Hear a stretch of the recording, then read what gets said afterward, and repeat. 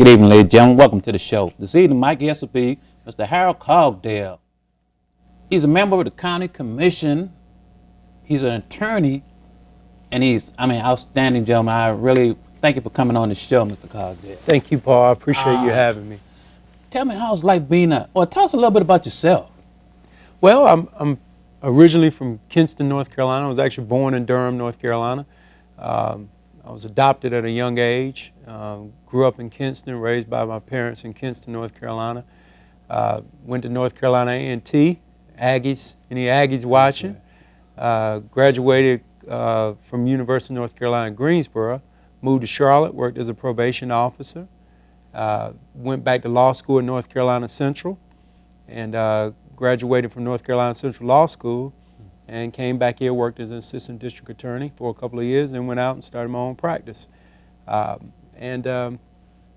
That's me. I mean, I like playing basketball, still get on the court and hoop a little bit. I'm a member of Kappa Alpha Psi fraternity. Still like to get out there and twirl the cane just a little bit, but not like I used to. Correct. But yeah, that's who I am. I mean, that's great. Being a member of the County Commission, how does that? How does that go about?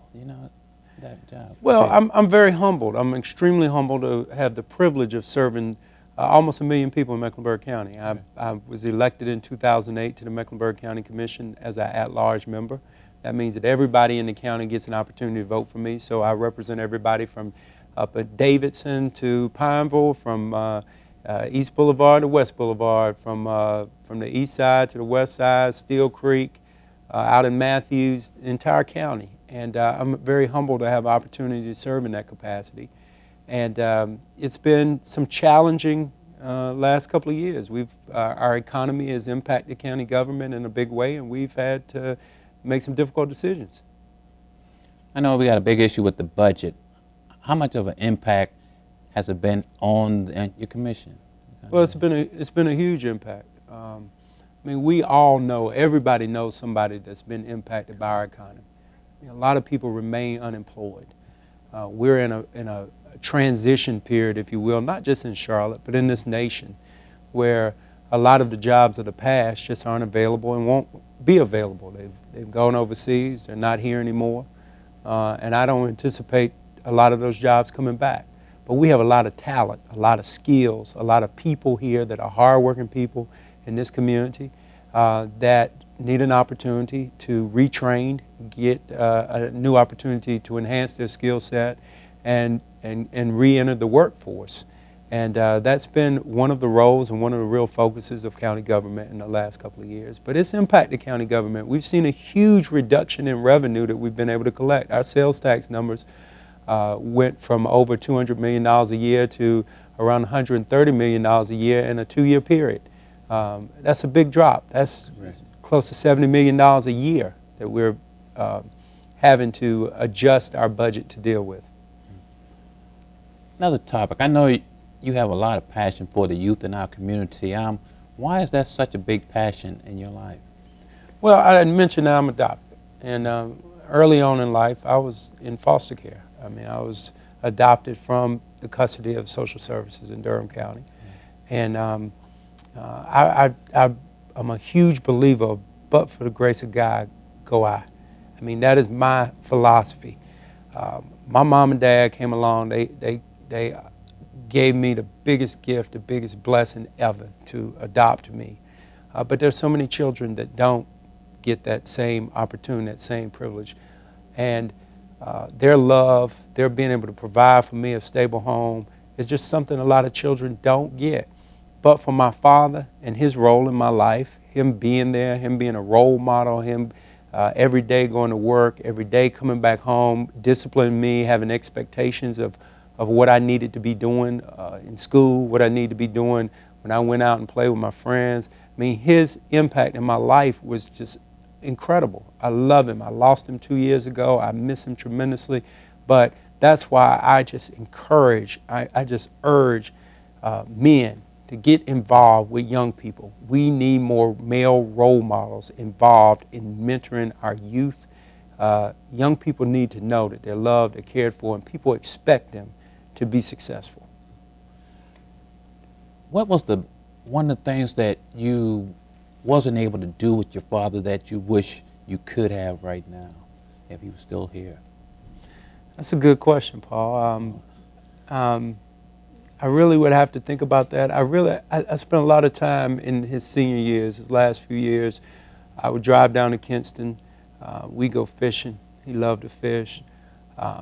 He loved to eat. We'd cook out. We'd spend a lot of time together. And I don't have any regrets. I really don't. I wish I had told him more often how much I loved him and how much I respected him. I told him that, but I should have told him that every day. And you know, that's a key important thing that I'm starting to learn right now, because I'm starting to tell my sons, because I'm a single parent, that I love them every time I leave them, because I never know if that might be the last time I see them. And we take for granted that they're going to be there tomorrow, a family member, friends. You know, and I'm starting to make that a kind of like a common habit to tell people I love them. Mm-hmm. You know, and that's very important. Go ahead, sir. No, I think it goes a long way, and particularly there are a lot of kids out here that are in homes that aren't being told that by a parent, by someone special in their life, that they love them, that they believe in them, that they can go on and do anything they want to in the world because I'm here, I'm in your corner, I got your back. And I think that has a psychological effect on a lot of young people, that they are not realizing their potential. They are not doing as well as they could be doing in school. They're having some disciplinary issues because that oftentimes is a rebellious response when you don't feel that stability and that love that so many young people in our community don't have on a daily basis. Do you think they bring a lot of that stress that they have from home to school, and that causes a lot of the problem that they're having in that school? I think that's probably a cause. I think that is along probably many causes. But the one thing I just really want to stress is it's not just the school system's responsibility. It's not just the church's. It's everybody as a community. We all have a responsibility to invest in our youth. That time, and I don't mean just money, just resources, but that's important. But the time. I mean, be a mentor to a young person. Take the time to spend some time. Take a young person out to the park. Play basketball with them. Take a young person, sit them down, and talk to them about what's going on in their life. Give them an outlet. Give them somebody to listen to. I mean, I just think that's so critical for young people really developing into all they can be. Mm. And that's so. I mean, that's so important. I mean, they're looking for someone, especially if the youth, as far as the male, that don't have that in their father in their life. You can go to them, if they're with your son, go with them and take them along, take them to the game and stuff. Watch them play football, because they're looking for someone to say, good job. You imagine a kid that's 8 years old playing in a rec tournament, that scores a three-pointer or scores a touchdown in a flag football league, and he's excelled, done very well, or in a classroom that actually studied, got an A on a test, but he looks around, there's nobody there to clap. There's nobody there to cheer him on. There's nobody there to just put a hand on his shoulder and say, good job, I knew you could do it. I mean, there are kids like that in that situation. And I firmly believe we as a community have an overall community responsibility to fill those gaps, to step in to the shoes where kids don't have that in the home. We as men in this community need to step into that gap. Looking at Charlotte, now, as long as you've been here, what do you think is the biggest problem that we as a community need to work on? Well, I think there are a lot of, people can focus on problems, and we do. We have our fair share of problems, but I don't think we have any more problems than any urban area in America has. I'm going to turn the question around just a little bit and talk about that we have done some things right. We have done some things right. There are some organizations, there are some, in particular, some faith-based organizations that have really stepped up to the plate and engaged the communities around them. You invest in people, and when you invest in people, you create the opportunity for people to be all that they can be, to maximize their potential. I'm a big believer we are a city that has been extremely fortunate. We have a great deal of wealth in this community. We have a lot of skyscrapers uptown, and we're fortunate to have some of the biggest banks in the country, some of the biggest financial institutions. We have a phenomenal corporate community. But in order for that economy to continue to grow and be vibrant for many generations to come, we have to have a well-educated and highly skilled workforce to go into the new jobs, the jobs of tomorrow, whether it's design of new software or whether or not it's working on a manufacturing line. The new jobs of tomorrow, even on a manufacturing line, are not going to be able to be done with a high school education alone. They require very highly skilled, specialized training to be successful in doing those jobs. And therefore, the young people right now that are coming through our public school system, we need to understand that we need them as a community to realize their potential, because we won't be the leaders in this community for long. We are only here for a very temporary period.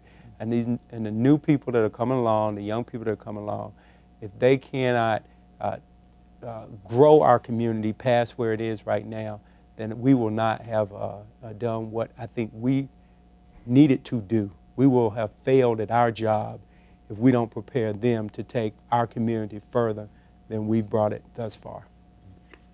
Some of the programs that we have out here for our community, like the libraries, I know they've run into a lot of problems with the budgets and all that. How much of an impact does that make on our community because of, the community is not able to use that facility, and that's very vital, that education? One of the things I was pleased with, the recent Library Task Force Study Commission. Yes, sir. Came back with some recommendations, and we'll be considering those at the Board of County Commission. But one of the things they recognized was how important and how critical libraries were to lower income communities, to those fragile and threatened communities within Charlotte and Mecklenburg County. They understand that libraries create access to information for so many people, not just young people, but people that don't always have that same option of being able to go on the internet and be able to research or be able to apply for a job in their home in some of the lower income communities. But from a county commission perspective, what we balance and what we're challenged to deal with is we have park and recreation, we have libraries, we have public safety with our sheriff's department and our courthouse. We have the responsibility of being the second biggest funder for the Charlotte-Mecklenburg school system. We are the second largest funding for the community college, and the community college retrains a lot of people. Community college is one of the most important economic development engines we have in our community, because when people get displaced and they're out of a job, they can, in an affordable way, get back into a program at our community college to help prepare them to be more a higher qualified candidate in the workforce. Our public school system, there's so many young people that are right now in our public school system that are on the verge of not graduating from high school. We need to make sure that the school system has the tools they need to have to be successful, and to in particular deal with the high school dropout rate and closing the student achievement gap. That requires resources, because that requires qualified people in the classrooms working hard every day to make sure our young folks are getting that education. So we're balancing all these needs at the same time that the economy has shrunk. The economy has reduced in size. We have fewer revenues coming in. So what's our priority? And that's what we always talk about. Libraries are very important. But one could argue that, is a library more important than a recreation center? Is a library more important than a school or elementary school, or trying to have a low student-teacher ratio or a Bright Beginnings program? Is that more important than having adequate funding at the community college, where when people are displaced or people want to further their education, they can do so in a very affordable way? All those are critical needs for our community. So what we do as a Board of County Commission is try to try to balance those needs and fund each appropriately. Being a member of the county commission, basically tell the audience what does that consist of? I mean, and is the community as involved as we should be? Well, I think the community has been engaged. I think there's certainly opportunity for more public engagement. The Board of County Commissioners is responsible for setting the priorities for county government. In county government, the primary focus of county government is health, human services, and education. And we fund everything from the emergency indigent care services, so when someone cannot afford, does not have health care coverage, and God forbid they're in some type of accident or they have some type of emergency health issue to arise, could be stroke, heart attack. Right. If they show up at Carolinas Medical Center, they will be treated. And a part of that is because of the public funding that Carolina's healthcare system receives both from the county, state, and federal government. We are a part of, we fund that, and we also fund the public health department, the Mecklenburg County Public Health Department. We deal with the education needs we provide substantial funding to both the community college, to the Charlotte Mecklenburg school system, and also to several types of workforce development programs. So whether it's health, whether it's human services, our Department of Social Services is the largest department in the county. In a 2-year period between 2008 and 2010, we saw over 40,000 new applicants apply for some form of public assistance at the Department of Social Services, many of which had never ever applied for some form of public assistance because they had been displaced, they had been laid off, their jobs had gone away because of the recession. And that department provides a safety net for the least of the least in our community. So that is the business of county government. We try to balance those needs and manage very limited resources in a responsible way. I know you have a lot of issues that comes up during your meetings. What's the dates and time of your meeting, and what are some of the topics that you really discuss during those meetings? One of the big topics that we will be discussing over the next 2 to 3 months is our adoption of our budget. Every year we have to adopt a balanced budget, and we meet at 6 p.m. on Tuesdays, the first and third Tuesday of the month, and at 3 p.m. the second and fourth Tuesday of the month.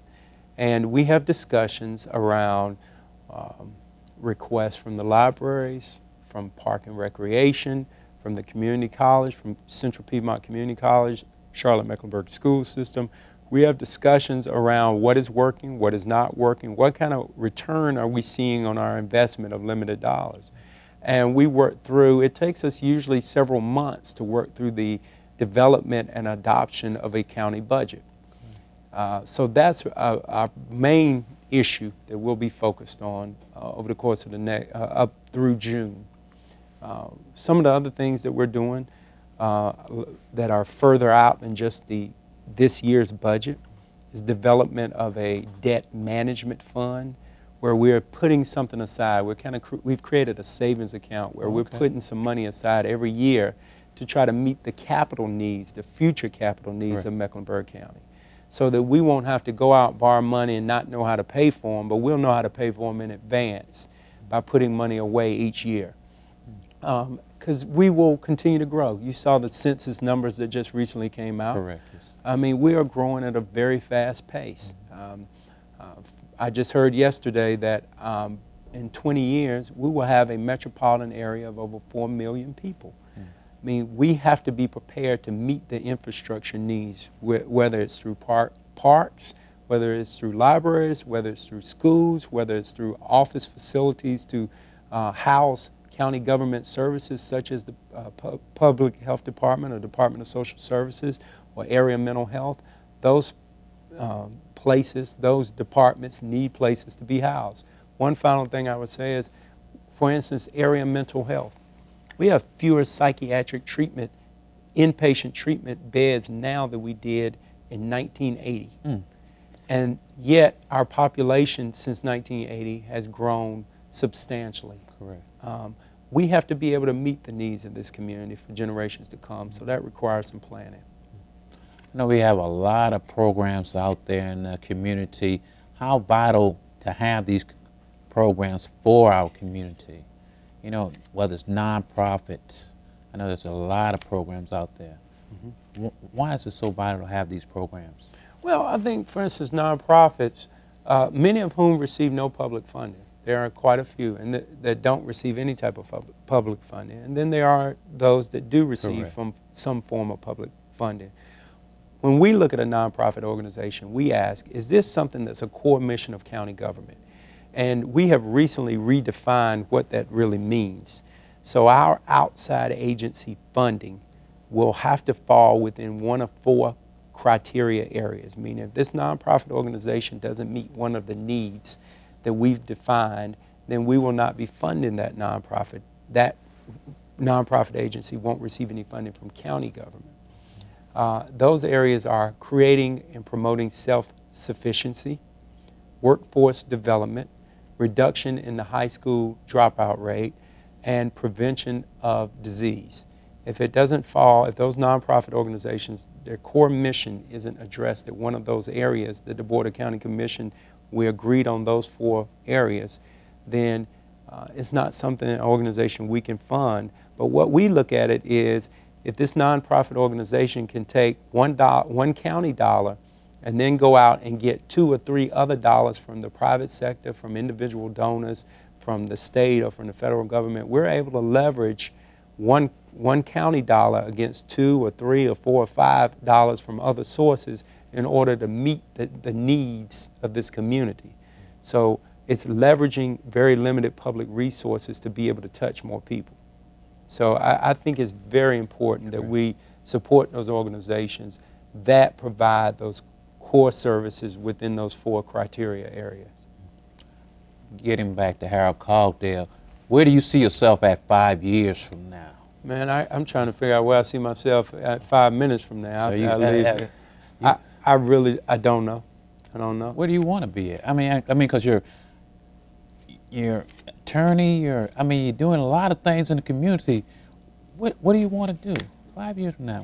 I really said it sincerely. Wherever God leads me. Wherever God leads me. I don't know. I don't have any plans. I don't have any future plans of trying to run for this office or run for that office. I don't even know if I have plans to run for re-election. I'm gonna just pray about it, talk to my family about it, and whatever happens, happens. How important is it? I know you talk about God, and God is awesome. How important has God been in your life? Oh man, He's been the center of my life, the cornerstone. I turn to Him for strength. I don't sit around and put God as far as everything I talk about every day.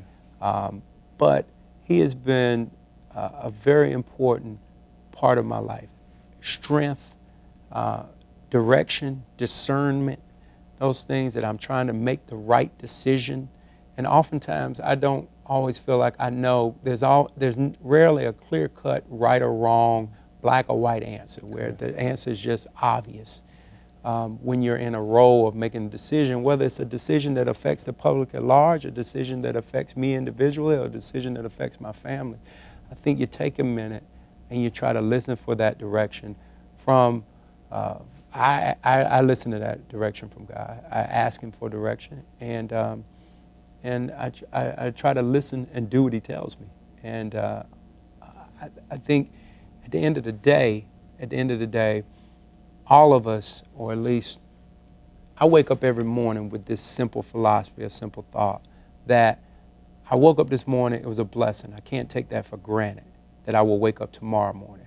What am I going to do today to justify Him waking me up this morning and giving me the opportunity to live one more day?